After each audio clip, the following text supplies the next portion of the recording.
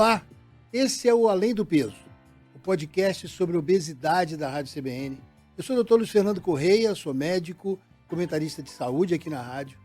E hoje vamos falar sobre um dos aspectos importantes da obesidade, a obesidade infantil. Para isso, eu vou contar com a ajuda da doutora Maria Edna de Mello, endocrinologista da ABESO e chefe da Liga de Obesidade Infantil da Faculdade de Medicina da USP. Maria Edna, muito obrigado por estar aqui com a gente. E não é a mesma coisa, né? Obesidade em adulto e obesidade infantil. Isso me preocupa porque eu tenho várias perguntas para você, mas primeiro vamos entender, é muito diferente? Olá, agradeço o convite, a oportunidade de falar sobre um tema tão relevante e cada dia mais frequente, né? É diferente em vários aspectos, né? Vai desde o diagnóstico até as complicações e também a conduta, né, que a gente tem com esses pacientes. Vamos começar pelo início, então. É diferente o diagnóstico em quê?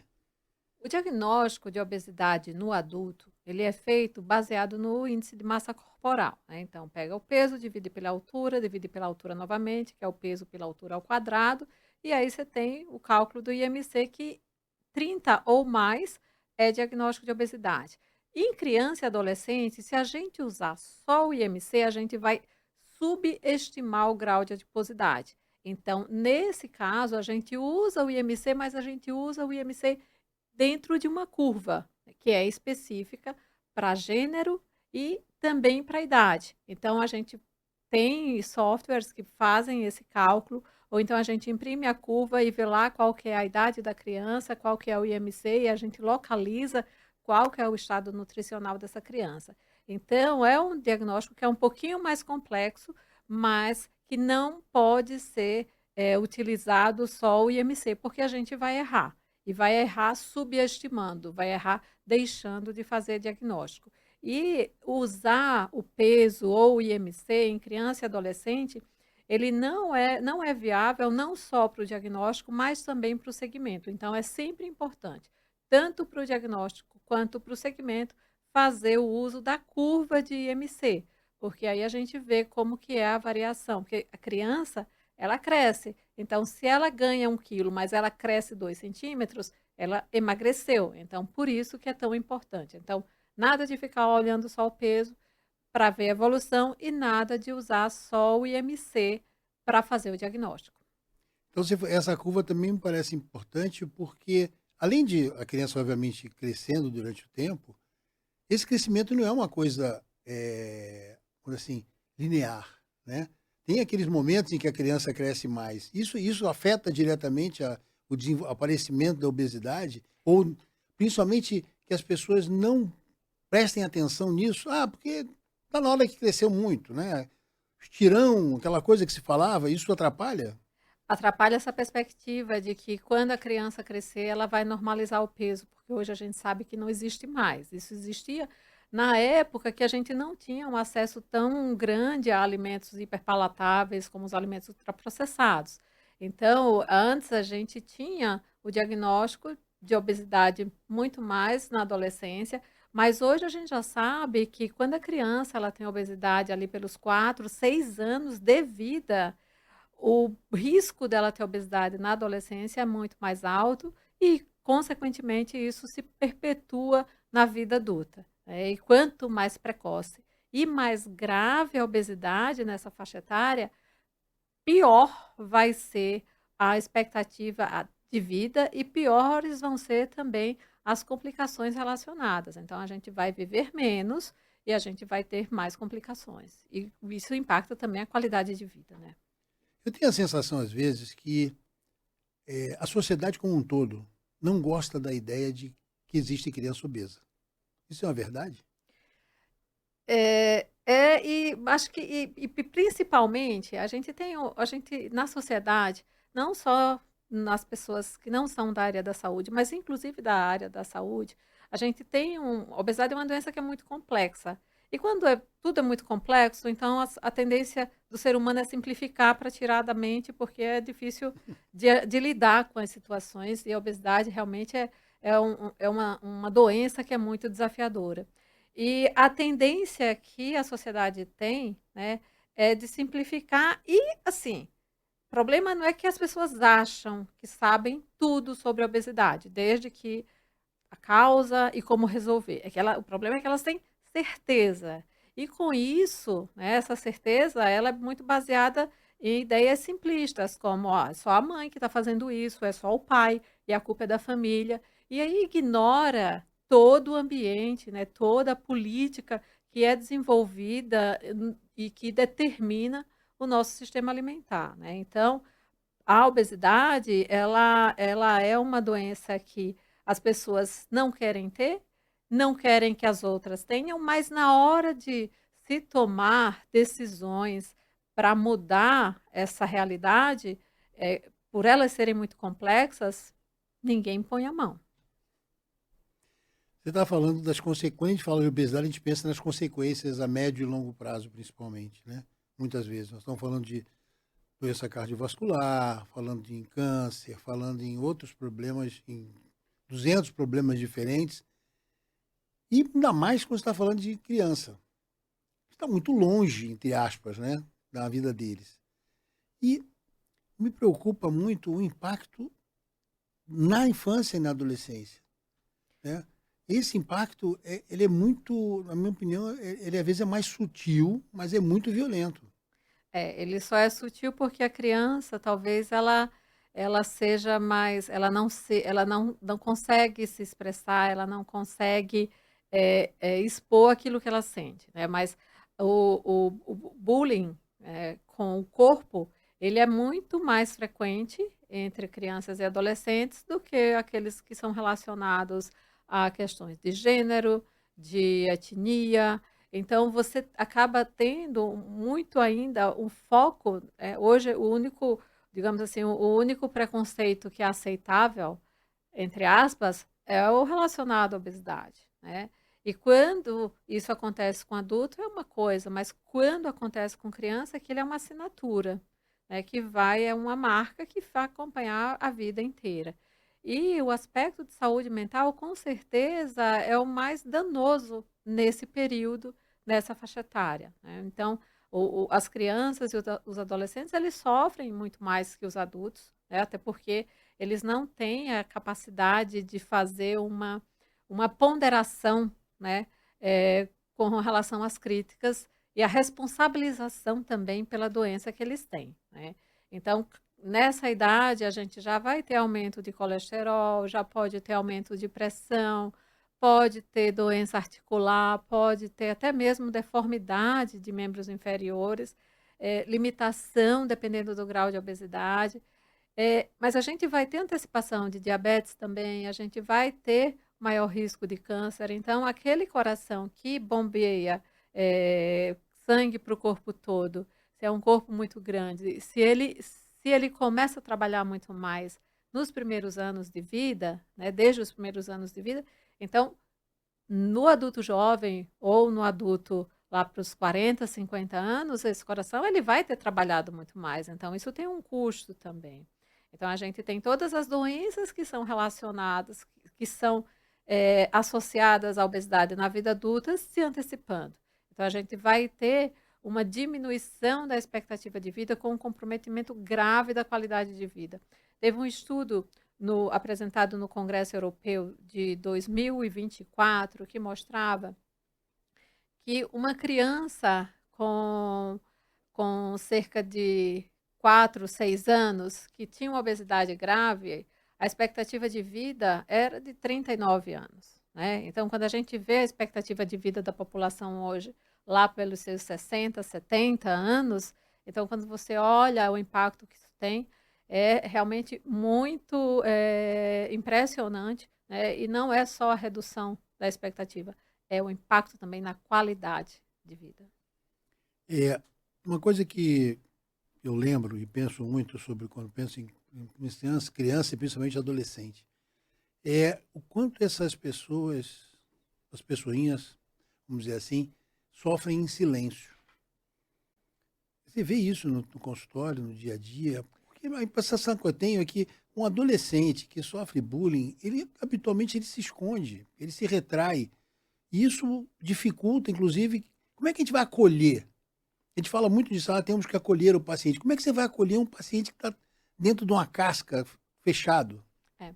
Se fala muito em bullying, mas as políticas efetivas mesmo para controle desse tipo de comportamento na sociedade, em escola, né, é muito frustrante, né, porque as crianças elas continuam sofrendo, continuam no isolamento. Então, isso precisa ser rediscutido, isso precisa ser enfrentado, porque não é só a escola, a família tem que ser chamada, as pessoas têm que ser chamadas para esclarecer que você precisa respeitar, apesar de ser óbvio, mas isso precisa ser dito e também precisa ter regulamentação, porque a gente sabe que só a educação não funciona para todo mundo, né?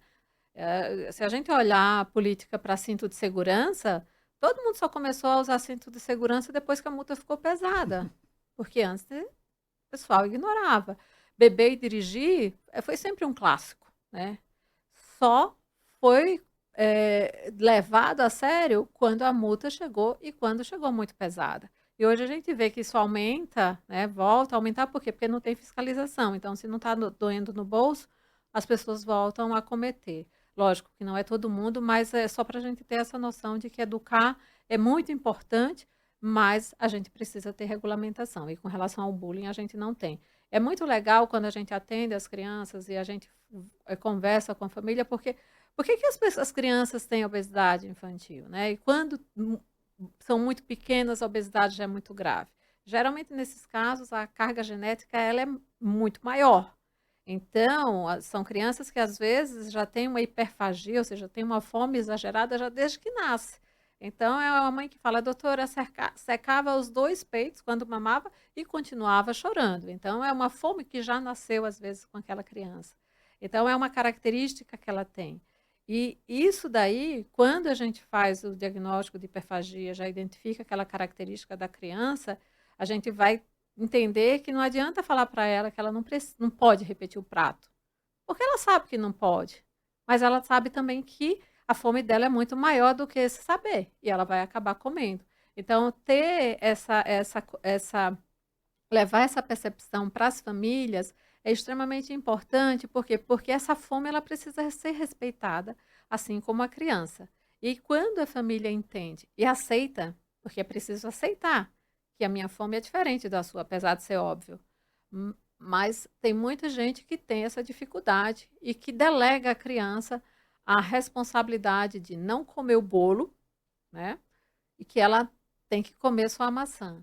Então, isso é algo que é difícil de se trabalhar, mas é quando a gente conversa e a gente esclarece, isso dá muito conforto para a criança, para o adolescente, porque ela vai entender que é uma característica dela e ela precisa aprender a lidar com aquilo e, em algumas situações, até ter tratamentos específicos para essa situação.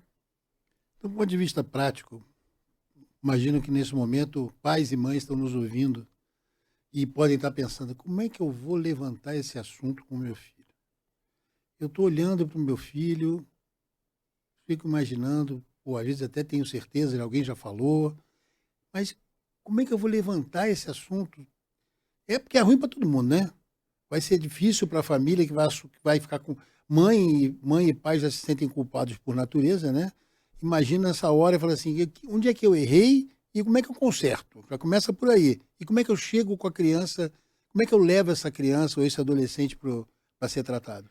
Eu costumo falar que a obesidade é uma doença que uma criança tem, ela não, assim, a criança ela precisa ter ciência, mas como tem uma obesidade, às vezes eu coloco lá no gráfico e eu não chego para a criança e falo, olha aqui, ó, você tem obesidade. O que que isso vai agregar?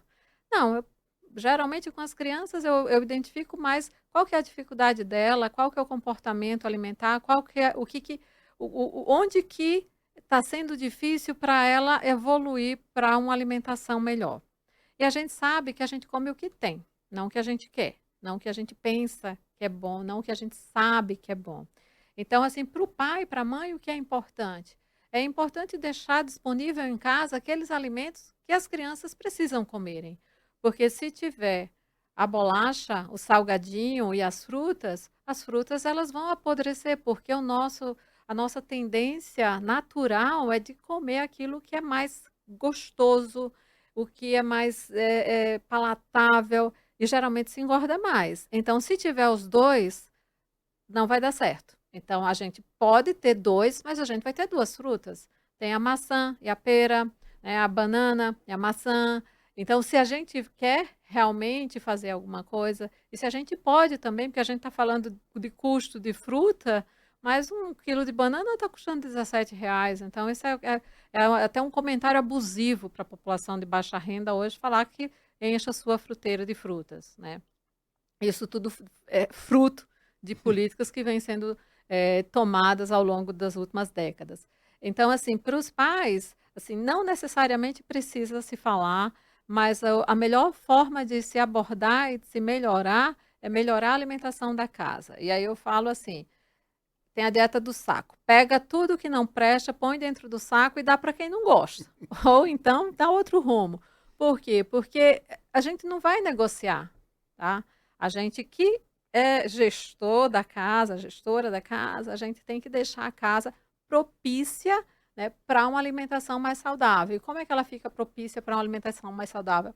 Tendo os alimentos que são mais saudáveis e também não tendo os que não são. Porque se tiver, a gente vai comer. E se esconder, a gente vai achar. Essa regra é clara.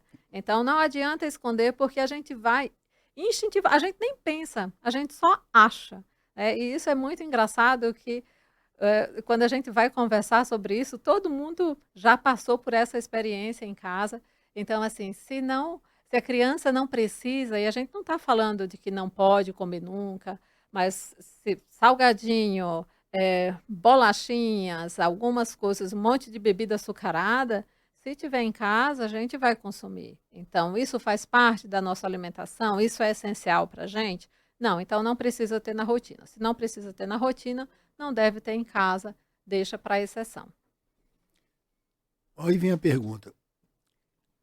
Criança pode receber o mesmo tratamento de obesidade que um adulto? Como é que está essa situação? Porque nós estamos falando de várias opções novas. E as crianças? Têm esse mesmo direito, entre aspas? Tem as opções de tratamento? Não. Para as crianças não tem nada, tá? Então, o que a gente tem hoje aprovado para adolescentes são a liraglutida e a semaglutida, né? O Orlistat meio que ele fica ali no limbo, porque ele está lá só como para adulto, mas ele fala de estudos de adolescentes acima de 11 anos, então, mas são medicamentos que são muito caros. E a obesidade hoje ela é muito mais frequente nas populações de baixa renda. Então, assim, você vai ter sim alguns pacientes que vão ter acesso, mas a grande maioria não vai ter acesso a nada, né? E se for pensar em SUS, aí é que não tem mesmo. Então, principalmente nos casos mais extremos, a situação fica muito complicada, porque se o paciente tem uma hiperfagia, como é que você vai controlar essa fome para esse paciente comer menos e melhor, né? Então, em alguns casos, o uso de medicamento é sim inevitável, né? Não estou falando que é para a maioria, mas que em muitos casos isso acontece. E principalmente naqueles casos que são mais graves, né? Então, isso é uma decisão que, quando o paciente tem indicação, a gente toma em conjunto com os pais e, lógico, com o adolescente também. Mas o arsenal, enquanto a gente tem 6 medicamentos para tratamento de adultos, na lista de adolescentes a gente só tem 2, né? O ano passado a gente teve a publicação de um estudo com liraglutida a partir de 6 anos, né? Então a gente tinha já a partir de 12, então esse foi o primeiro estudo para crianças menores, né? Então isso acaba abrindo um horizonte, mas um horizonte de perspectiva com a medicação que é de muito alto custo. Então, é um horizonte curto, estreito. É uma coisa que parece até sacrilégio. Cirurgia bariátrica em adolescente? Todo tratamento, a indicação, ela vai ser baseada na idade e na gravidade da obesidade, né? Então, hoje tem aprovação pelo Conselho Federal de Medicina, de Cirurgia Bariátrica. Então, a indicação ela não é somente aqui no Brasil, tem em todos os países do mundo a gente tem adolescentes operados. E quando que a gente pensa, né? Então, aqueles adolescentes que têm um IMC acima de 40 ou IMC acima de 50, então, olha só o número, né? Então, não é que é aquele paciente que está cheinho, então é um paciente que tem um grau de obesidade realmente importante, né? E aqui no Brasil, até recentemente, a gente tinha essa aprovação a partir dos 16. No ano passado, o CFM afrouxou um pouquinho para 14 anos. Mas isso sempre, o que mais importante é fazer dentro de um centro de referência. É muito importante ver a rede de apoio que aquele adolescente tem, porque a cirurgia ela não cura a obesidade, ela é mais uma ferramenta no controle, porque doença crônica você não cura, você controla.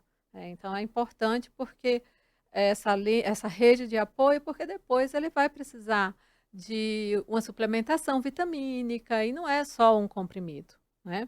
Então, são 2 polivitamínicos, cálcio, ferro. Então, tem uma quantidade de comprimidos que vai precisar ser reposta, e principalmente se for um adolescente, porque ainda está formando massa óssea.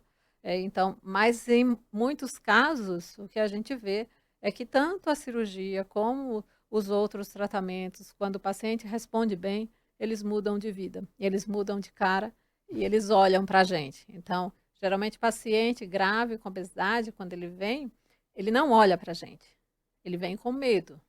Por quê? Porque a sociedade toda está apontando para eles. Então, quando eles vêm e eles se sentem acolhidos, e principalmente quando eles veem que estão perdendo peso, que está eles estão confortáveis para controlar aquela fome, para comer melhor. Então, na hora da refeição, eles deixam de ser o ponto de referência da família. Por quê? Porque antes todo mundo ficava olhando se ele ia repetir ou não, e agora está todo mundo calmo, porque ele já está comendo aquela quantidade mais, digamos assim, adequada. Então, isso é muito libertador para eles. Então, você muda, e aí o paciente ele olha para a gente, e ele olha para a gente com um olhar de alegria. Edna, e qual o papel da escola nessa história toda? A escola, ela tem um papel no, na oferta de alimentos, né? Então, hoje, né, desde sempre, se tem essa ideia, não, vamos educar as crianças, que a criança ela vai levar a ideia para casa, e aí ela vai ser a sementinha para a mudança de hábito de alimentação. Isso é uma transferência de responsabilidade de um problema grave, complexo, né, que os adultos não estão conseguindo resolver. Então, põe lá para a criança, para dar lá mais uma coisa na escola para a criança tentar resolver, né? Eu acho isso daí está mais do que provado, é só olhar os números crescentes de obesidade, que não funciona, né?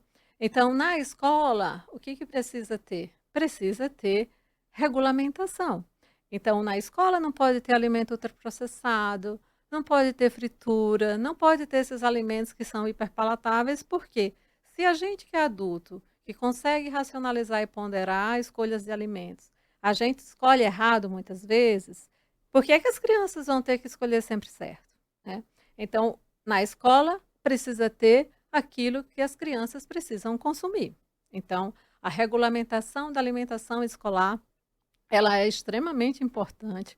A gente tem um projeto de lei em nível nacional que está tramitando no Congresso. Recentemente, a gente teve a aprovação de uma lei no município do Rio de Janeiro. Em outras cidades no Brasil, a gente tem também, proibindo o ultraprocessado, retirando esses salgados que são muito hipercalóricos. E é importante que isso seja espalhado pelo Brasil todo. Bom, Edna, muito obrigado por nos ajudar a entender mais esse pedaço desse quebra-cabeça complexo da obesidade que a gente está acompanhando aqui, tentando montar para todo mundo conhecer no nosso Além do Peso. Continue seguindo os episódios do Além do Peso, o podcast da CBN sobre obesidade. Eu te espero no próximo episódio. Até lá!